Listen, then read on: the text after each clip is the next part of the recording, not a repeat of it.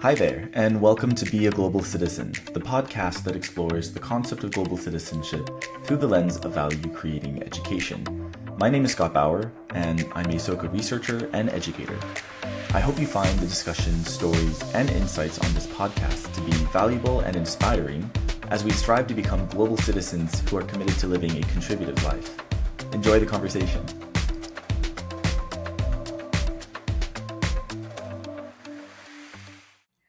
Hi, I'm Elaine De Velez, CEO of FrontLearners Incorporated.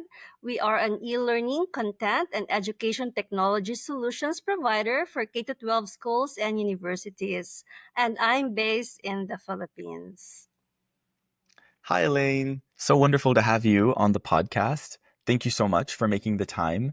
And I'm very excited to have you. I've been wanting to learn more about this organization that you run and how you incorporate e-technology, e-learning, and its technologies into classrooms all across the Philippines, and also like what your grander vision for all of this is. I know, we were like we just finished a master's program through Harvard, and I'm sure now like you're just looking into like how to make the most of the network and also the learnings that you had.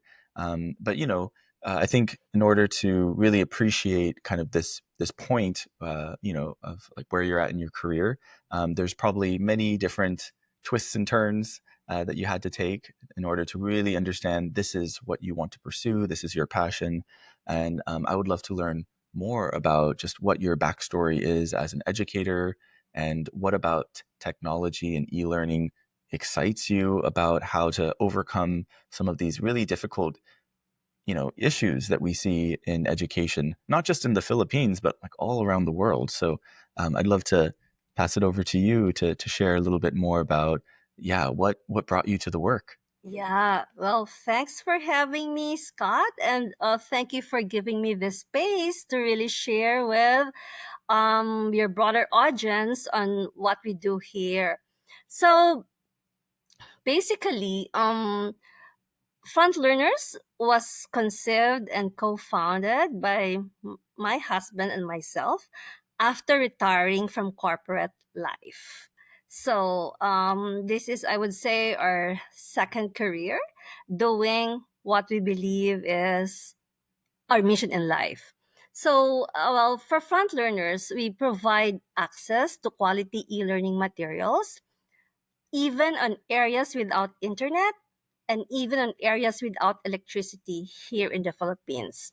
Because we would like to democratize access to quality education with the end in mind of uplifting the quality of learning that our Filipino learners get to be at par with their peers or counterparts in the world. So that is how we dreamed of what front learners can do. And yeah, so it's a long journey. And along the way, we found ourselves, we needed to learn ourselves. And that's why that led my way to Harvard because I'm a chemist by profession. All my entire like 25 years of career were spent on corporate research and development as a scientist with really no background in education. And so I felt that I needed some kind of framework on how can I make our e-learning really effective and really impactful and do it the right way. And my husband, by the way, also took his master's for mathematics and teaching at Harvard Extension School. So we hope to bring the knowledge, the passion, the heart, and the mind of Harvard and apply it here in our country in what we do at Front Learners. Mm. No, that sounds incredible. What a big mission both you and your husband have. Mhm. And I love, the way that you framed it, right? That the mission being to democratize access, well, to this quality education, and really making it not just about the accessibility piece Mhm. only, but also the quality of that, and then the scale of that. added with the impact. I think you guys are very, very bold, and I think we need bold educators out there in the world. I'm fascinated by your background though, because you said corporate research, and you're a chemist by training. And so, maybe if we can rewind the clock back a little bit more, I'd love to hear about why did you want to become a chemist in the first place? Was that something that you had always wanted for yourself? And what was that like, in terms of really focusing in on, a particular area, being specialized in that? So maybe could you, speak to like the initial like spark of like why chemistry, and then maybe a couple milestones even within your journey, just, that first career, as you said, before then getting into this next big level of, front learners. Yeah, Scott, actually, my career is all accidental. When I applied for university, I applied for BS biology because I wanted to be a doctor. I mean, every child's dream here in the developing countries, oh, I want to be a doctor and save lives. So I passed the exams, but then the scholarships that was available, there's no scholarship for biology because the Departments of Science and Technology want scientists, not medical doctors. And so they wanted really basic courses when they offer scholarship, and there was a chemistry but no biology. So I said, okay, I want to have free education. It will help my parents, relieve them of the tuition fee. So I took chemistry and said, anyway, after chemistry, if I am really decided to go to medicine, I can still enter medical school. But after chemistry, there were really great opportunities for me. I was able to get employed at the top corporations where I can practice my chemical chemistry degree. And so I got to forget my medical doctor dream. And then, lo and behold, after a long career in the research and development world, I realized, oh, there's still life after corporate life.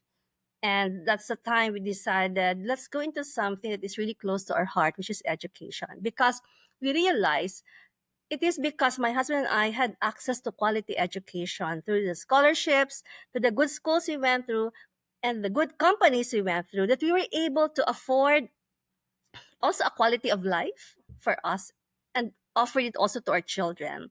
But we said, how many children have that opportunity to have scholarships or access to quality education? Only few. So if we can make the opportunity broader in our country, then perhaps there will be more children like us who are able to, I'd say, have the mobility from kids from the province to somebody in the global stage. So that is the dream, and that was the mission that I kind of mentioned to you about. So it's all accident. I mean, going to Harvard was not part of my bucket list, but because of my desire to be better and to offer a more quality education in the course of doing our e-learning advocacy, then I invested on studying so that I can do more and better in what we do. Wonderful. No, when you say like everything just kind of seemingly happened by accident, I do see though that through line of initially you wanting to become a doctor to help people, right? Just that simply, I think is really pure and amazing. And you found this career in chemistry, through quite a generous scholarship that afforded you new opportunities Mhm. that you were willing to take, even though you had to give up the biology track, and the like medical, doctor kind of field, Mhm. but then realizing later down the line, well, I can still really help people in that big way that you were thinking of as a doctor, but now through education. So I think that's an incredible through line that is really important because not everyone gets into a career because they want to help people. Sometimes they just want to help themselves, if they're being very honest with themselves. But Mhm. I think that even that spirit probably came from somewhere. And maybe it was a core value, maybe that was instilled by someone that you knew who was a doctor, or maybe it was a family member that emphasized why it's important to help to other people. Mhm. Could you maybe speak a little bit to any like influence that might have led you to initially say, I want to help people? Just yeah. Right. Actually, there's really no specific role model, but it's really my keen observation on what's happening around me. Because as early as at the young age, I really saw a lot of polarization in my country. There's this really people who have and people who have not, and the difference is so big. So at first, I just thought that was normal, and I said, "Oh, I'm lucky. I'm one of those who can afford to have education and was able to find a good employment and was exposed to the global stage, as I would say, because I worked for multinational corporations." So, but then I realized, oh my God, this is the meaning of why I am given this grace of, of abundance, so that I can give something to others because I have more than for myself. So that is really what kind of, I probably drove me to be passionate about helping others, or be concerned about, because inside me, I said there are so many people who need a lot, and here am I, um, having more for myself. So that's the best way to do as a human being. So in whatever way or form we can help, that has always been a probably at the back of my mind. Yeah, no, I mean, I understand that the environment, like, where we grow up is so important, Mm-hmm, and for yourself, being very observant and inquisitive, right? Asking these questions of, mm-hmm, well, why was I afforded this opportunity and someone else maybe not? And then really trying to like grapple with that, while at the same time understanding that value of education and the opportunity to not waste it, because again, it's something that structurally, right, within the system, maybe it's uh it's something far and few between. So right. it definitely makes sense that you would really run with that, and then I think have this deeper appreciation, right, that well, through these opportunities, through the education that I've received, I really want to be able to pay it forward in a meaningful way. And True. it's very clear that you had exposure to a very complex organization, a multinational corporation, Mm-hmm, where it's probably many people, and they operate right in different countries. And I'm curious, maybe could you speak about what that was like being in an organization where here you're working on maybe a particular project in chemistry, and yet that can be taken and maybe like shared, that knowledge and research across many different mm-hmm, teams working in different countries. I just feel like the scale of that mm-hmm, is something that like it can be very overwhelming mm-hmm. initially. Yep. So how was that process like for you Mm-hmm, when you like day one, you're a chemist, you got this wonderful job at the multinational corporation. Yeah, what was it like being in that kind of environment? And then was there like this kind of progressive like recognition of like how this actually gets out to the rest of the world, and mm-hmm. how did that make you feel about your research? Correct. Yeah. So first, I would like to say that for children like us who got government scholarships, there's a term called scholar ng bayan. So ayan, she's a scholar ng bayan, meaning scholar of the people. So It's not even government scholarship. It's scholarship of the people, which means it's the taxpayers' money who is supporting your education. So at first, as a kid, as a 13-year-old, I said, okay, it didn't have any meaning. But then as you grew mature and see the world, oh, now I finally know what the meaning is of Scholar ng Bayan. Second, as a scholar, we are technically, or by some ruling, we are not allowed to get out of the country to work outside the country. There's a one-to-one matching, meaning if that you have a scholarship for 4 years, then 4 years we have to serve in the country, not necessarily the government, but just stay in the country, because the idea is to you to be able to serve the people of our homeland. So for me, even even if but if you study abroad, you are allowed. So if it's for studying purposes, you can go. But for me and my husband, we decided to stay for the longest time because we said, oh, there are opportunities in the country and we will be true to what we committed to. And then, but after serving in the country for many years, there has always been opportunity knocking at our doors. And truth be told, I rejected like two or three opportunities to work within the corporate world, within the same company in our headquarters, either in Japan or in the US. But when this opportunity came in Singapore, and it really matched very well with our family objective. Like we can go as a family. My husband also was offered a job in his headquarters in Singapore. We can bring our children and study there. Then we said, yeah, I mean, we have made our duty, and maybe this is a time to explore and see what else we can do. And so we relocated, but in our mind, we said at a certain point, we have to serve back again and contribute what we have learned abroad to our home country. And so that's what we decided to do after retiring early in our corporate careers. We came back, and that's the time we set up FrontLearners, this time on education.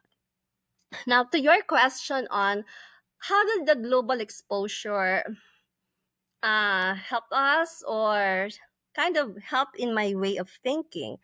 Of course, our exposure, um, on my first exposure on global citizenship was in the business world. We are a global company. And as a global company, when we develop products, we develop for what is good for first the globe, to serve the global consumer. So we try to find what's common in terms of habits, behavior, differences, thinking of people, so that you have one product and serve the world. Because it makes business sense, right? It doesn't make sense to develop a product for one country. At the very least, we develop a product for one region. Let's say, okay, in Asia, this makes sense, but in Latin America, the behavior, the environment, it doesn't make sense. But it's still, I would say, viable to have, one region or a cluster of countries. So what I realize is I have been a global citizen as early as the time I entered the corporate world, because I have been exposed to many countries, travel there, learn the consumer. But the word global citizenship, before it was even coined, um, we're already global before global citizenship was coined, right? But global citizenship brought another dimension, not just the business aspect, but really the human aspect of what being global really means. And I first learned that word in 2018, maybe, when I was developing modules for the contemporary world, which was a requirement for senior high school, because I entered e-learning. So when there are no content developers, I pitch in. And I did contemporary world and global citizenship. There was, a big portion. And that's when I became aware, oh, there is a global citizenship idea. Because my idea before of global has really been on a very superficial business world of, many countries working together, sharing common products, common experience, but not the thinking about the human level of global citizenship. Yeah, so that's the intersection of, I would say, my work experience and, this whole idea of how we become better people for the world. Wow, thank you so much. No, there's so much that you just shared, and maybe we can kind of go back a little Mhm. bit to what you shared about your family making a big decision, moving to another country, and that being in Singapore.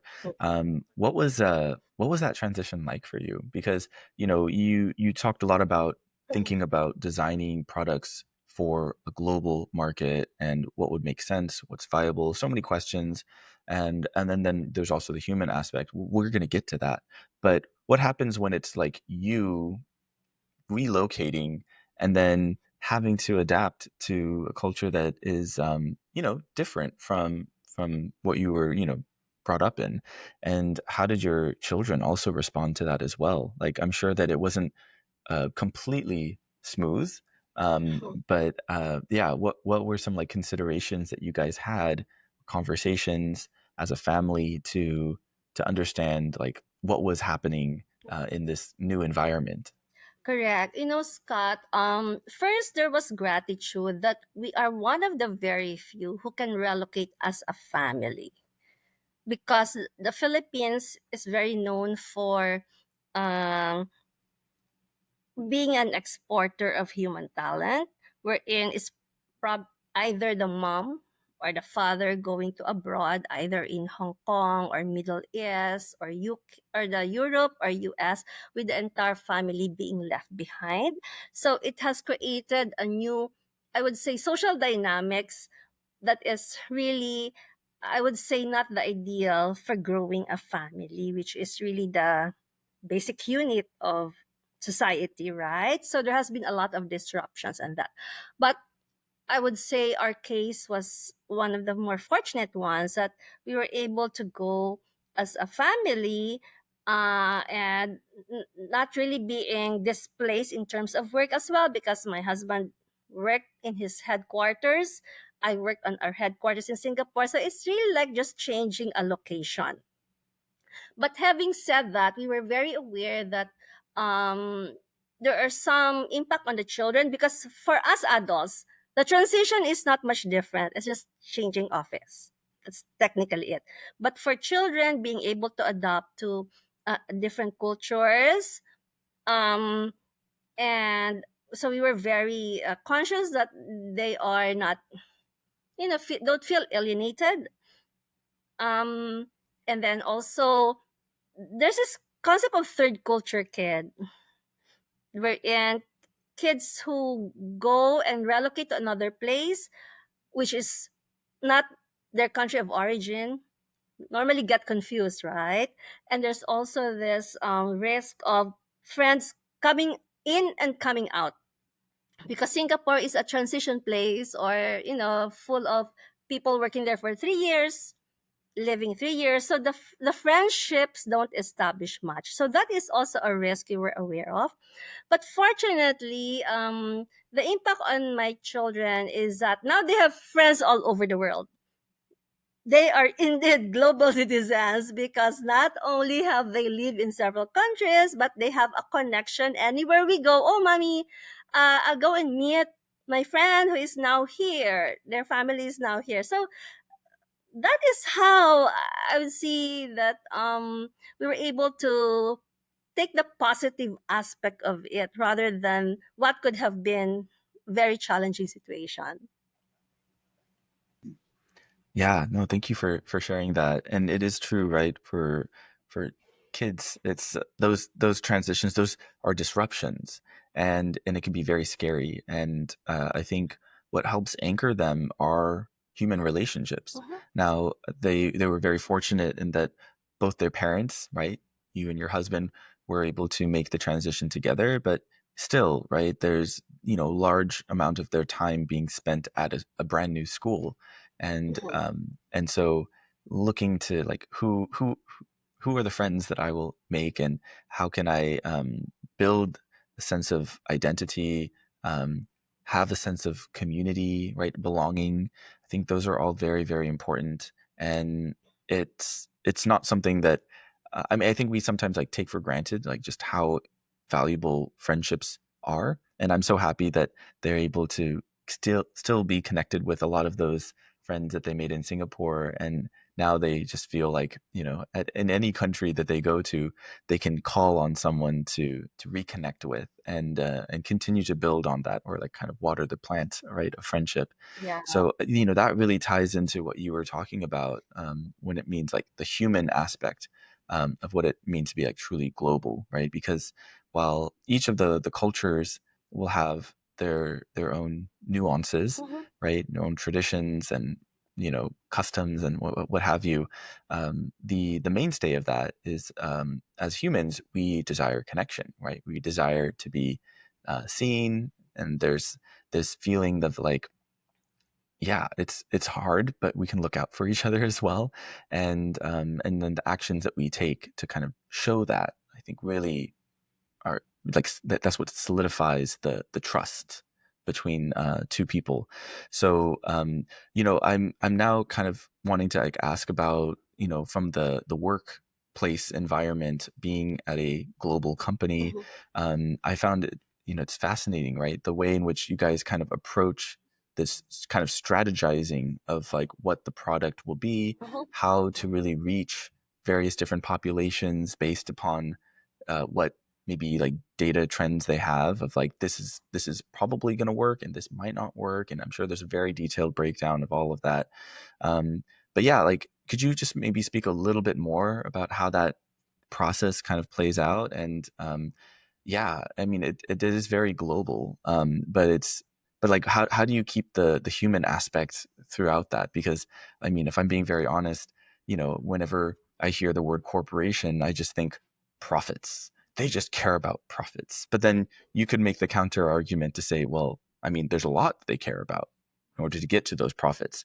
But like, how would you articulate that, since you've been in that world, about like where the human element comes into play and how that intersects with global citizenship? That's right. So, Scott, you're absolutely right that the conception of business is dollars and profits, which is important to sustain the company and do what it do consistently over time. But you know what? In the consumer world where I grew up, there's a simple mantra: everything begins and ends with the consumer. And the consumer is a human being. So we spend a lot of time understanding what does she need, what are her problems, because if you are able to solve their problem, then you have a product that they will love, that they will use and continue to patronize. And in fact, even if we want to improve any product, we again go to the consumer. What is it that you still want this product to do for you? So again, the consumer. And so everything is consumer centric. So if you will translate it, it's a very human centric approach to doing business. So that's simple. That's how we keep the human aspect in the business. But of course, you layer it with marketing, you layer it with production excellence, you layer it with how it appears on the shelves. But at the end of the day, a product should speak for itself, and that product should really appeal to the heart and the mind of the consumer. So that is the secret of how a product gets loved by people, and that's the secret how corporations are able to withstand, the challenges of the business world, whether it's a crisis or not, so long as a product serves a need or a problem of the human population, then there's reason for being for that to remain. So that's how I would simply put it.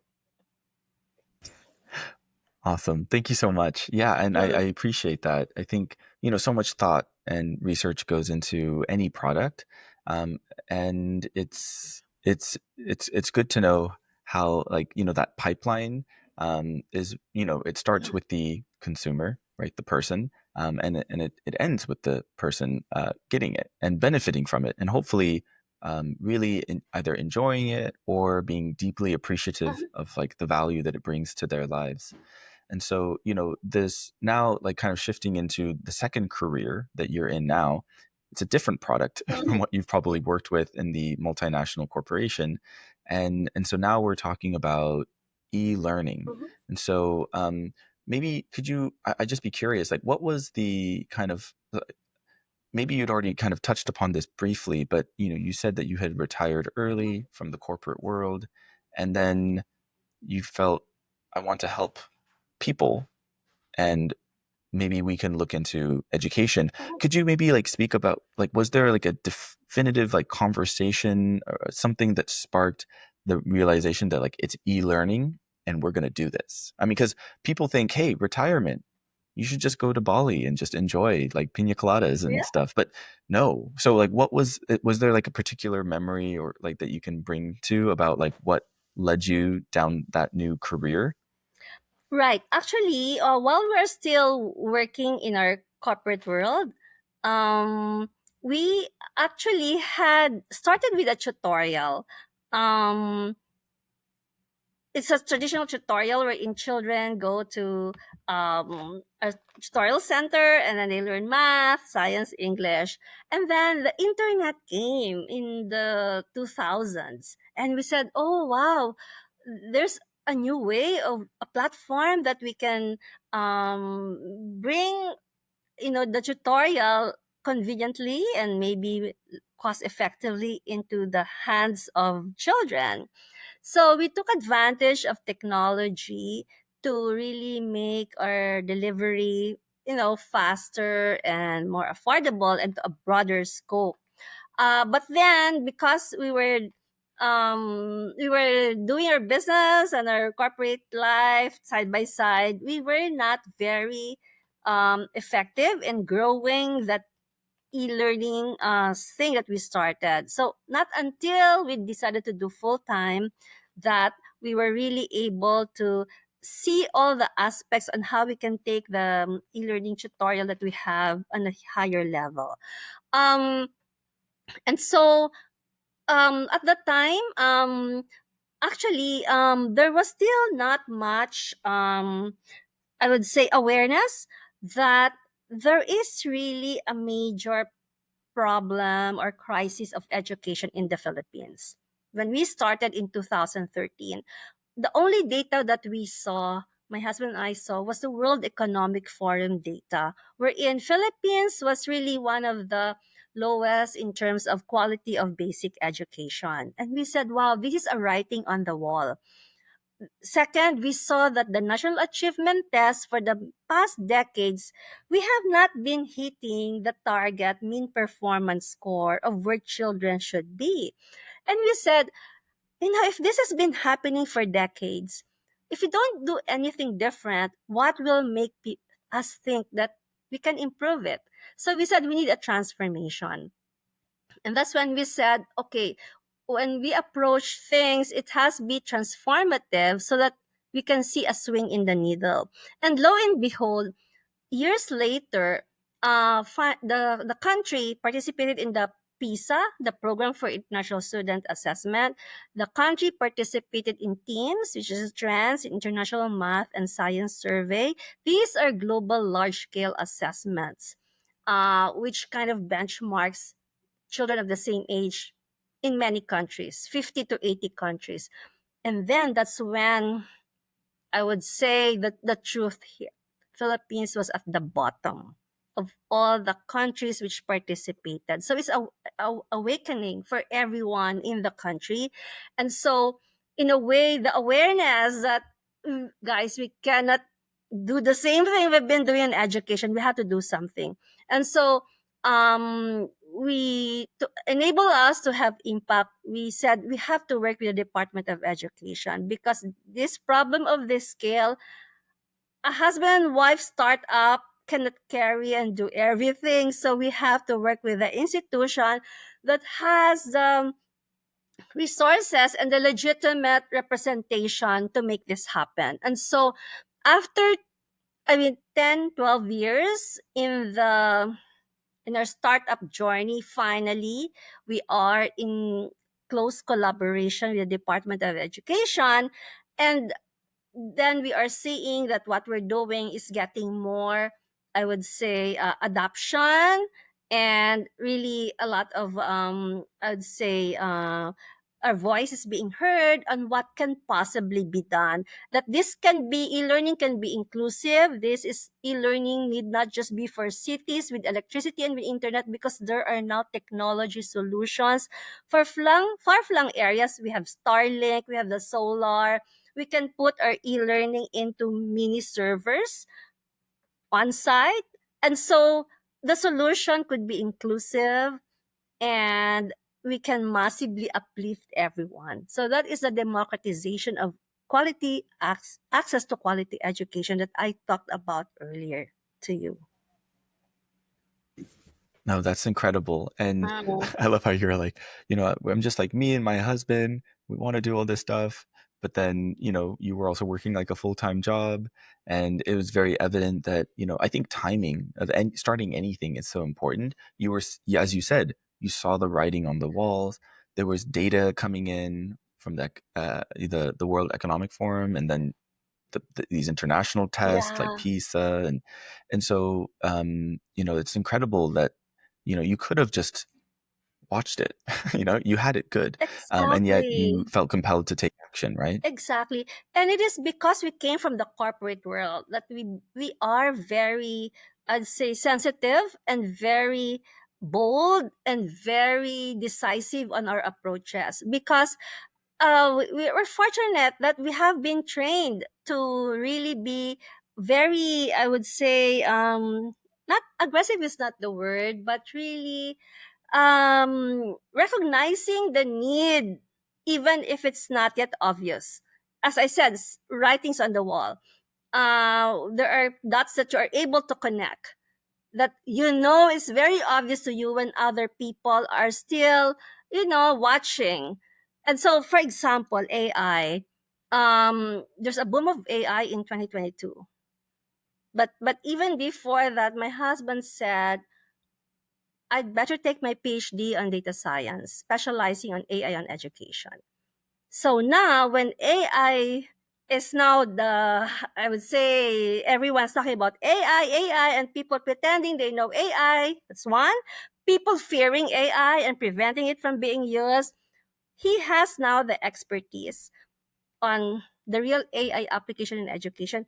And we are a first mover in putting AI responsibly, ethically in our e-learning materials. Because one of the problems we have is really, if you have one teacher for 40 students, it's so difficult physically for the teacher to be able to personally attend to the unique need of every child, because every child learns differently.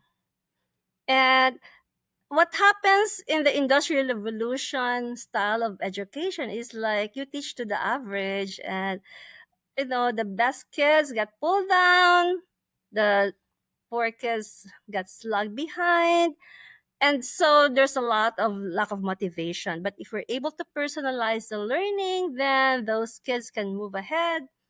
The kids who are lagging behind can catch up, and that's with the help of AI in a controlled and a very responsible use. And so I would say we are one of the first to be able to adopt AI into our e-learning. And actually, we have offered it for free to our Department of Education, so that, we can leapfrog into the quality of education that we hope to bring our country to.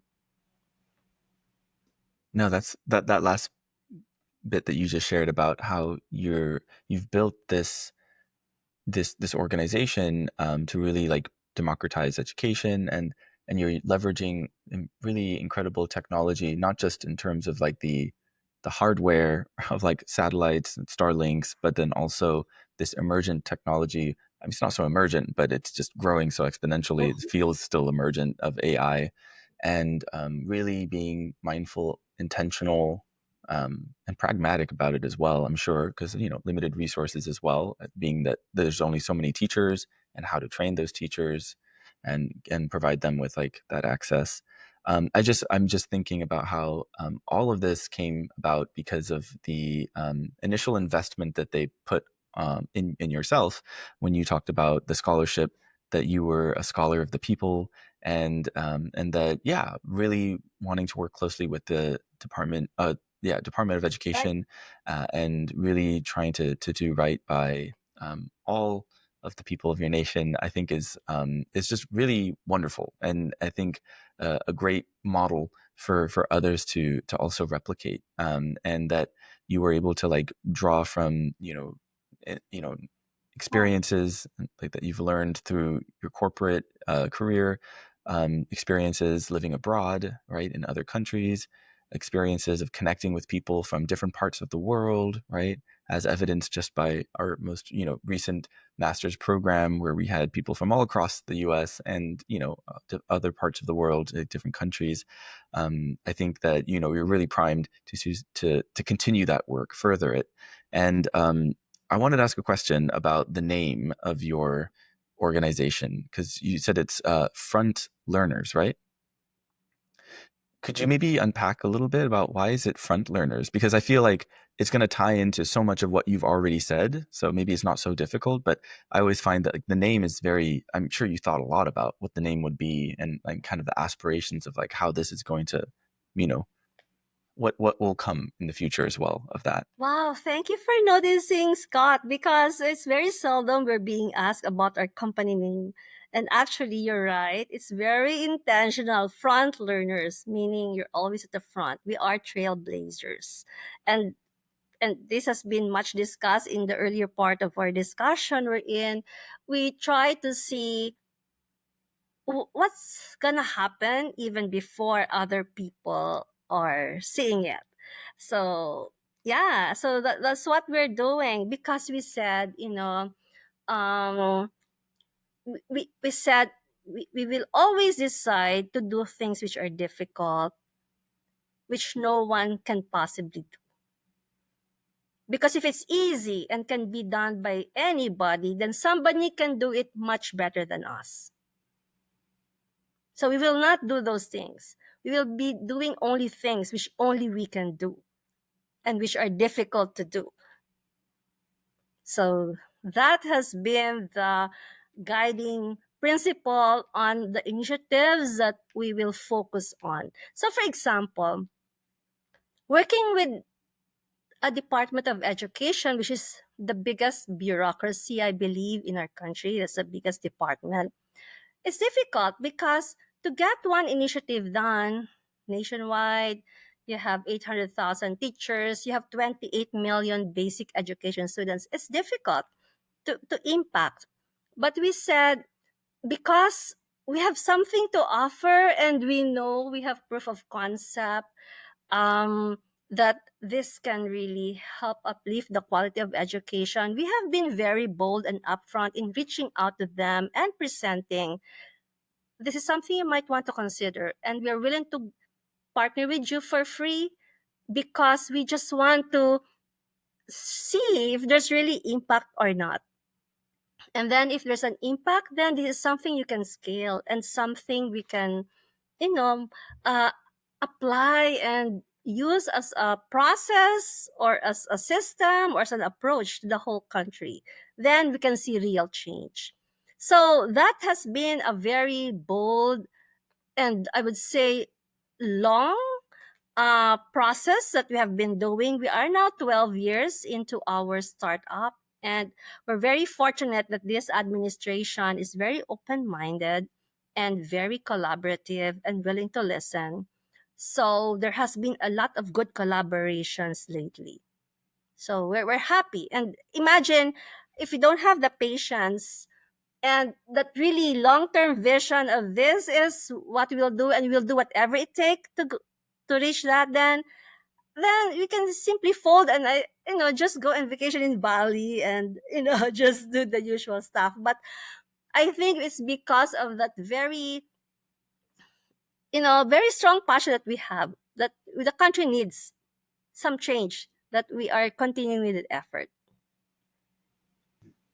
Amazing. No, I love that, you really take full kind of like ownership of the title, or the name Yeah, of this organization, because the organization is meant to be like pioneer, right? Going into new frontiers.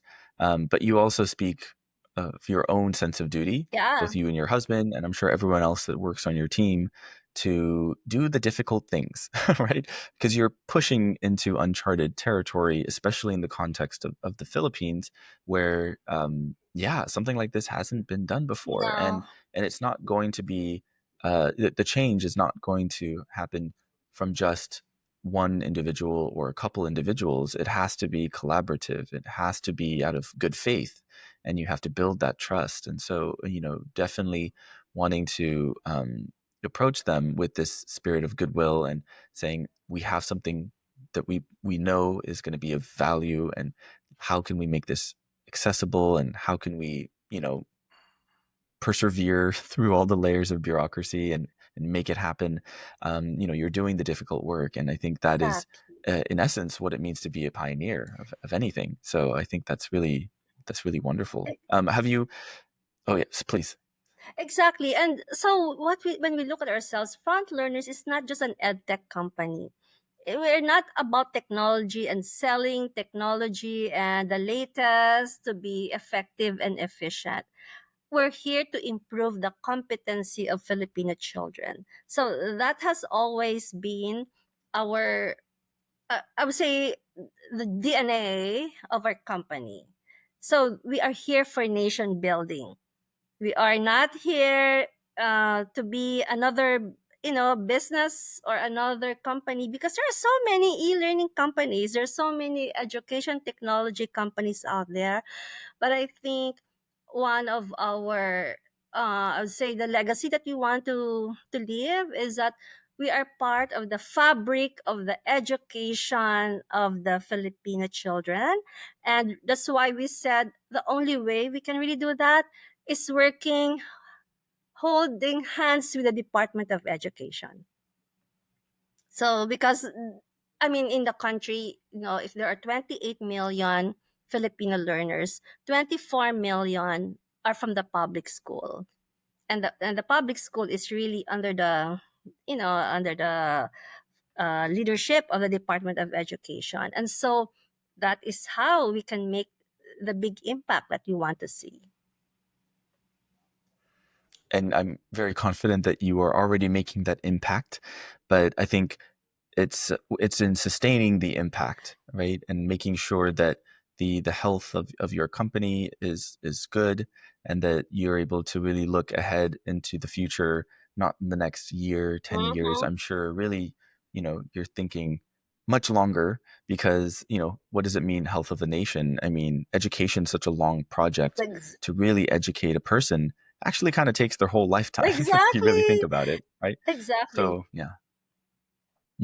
So yeah, I think it's a really bold and amazing mission that you have like co-created with your husband, and I'm sure you have a fantastic team who are equally committed to that mission with Front Learners. Mhm. It's so inspiring when people are like yourself, are thinking beyond themselves, and also just well into like the next generations, because you use the word legacy. I think really thinking about our legacy now is vital, because at the rate that we see things happening in this world, uh, there there might not be too much of a world if we continue to kind of spiral out in the way that we see some of, like, these wars happening, Mhm. some of the impacts that we have on our environment, right? The kind of disregard to our environment, to one another as Right. well. So all of the kind of social fabric, just at the largest scale, we see is kind of really starting to kind of tear at the seams. True. But the efforts that you guys are doing, I'm sure is like very intentionally threading things back, but in a way that's stronger than the way they were sewn on before. So, Exactly. yes.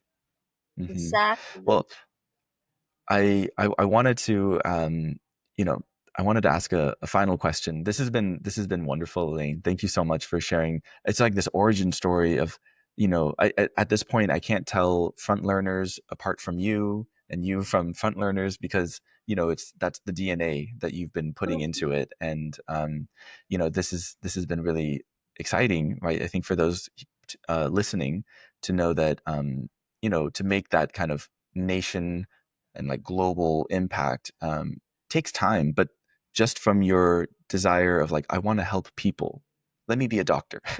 And then actually, you know, something even better came about, right? Yeah. That you couldn't have Mhm. possibly imagined back then. So I wanted to ask one last question.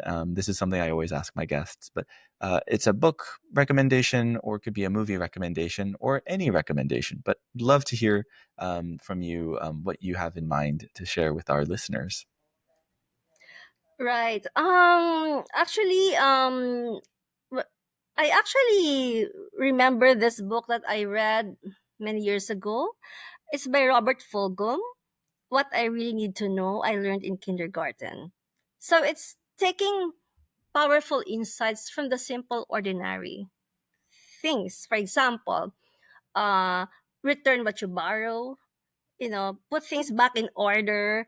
When you got there, so be kind, be nice to people. So whether you're young or whatever stage in life, being a good human being is actually what matters in this world. And actually, after going to Harvard, I was with my friend, and she said, "Oh, now that you're a graduate, do you now feel smarter?" And I said, "Actually, no. But I think I became a better human being." So that's I would say my final words to your listener, Scott. Just be a better human being and you'll do well. And you can do well and be good as well.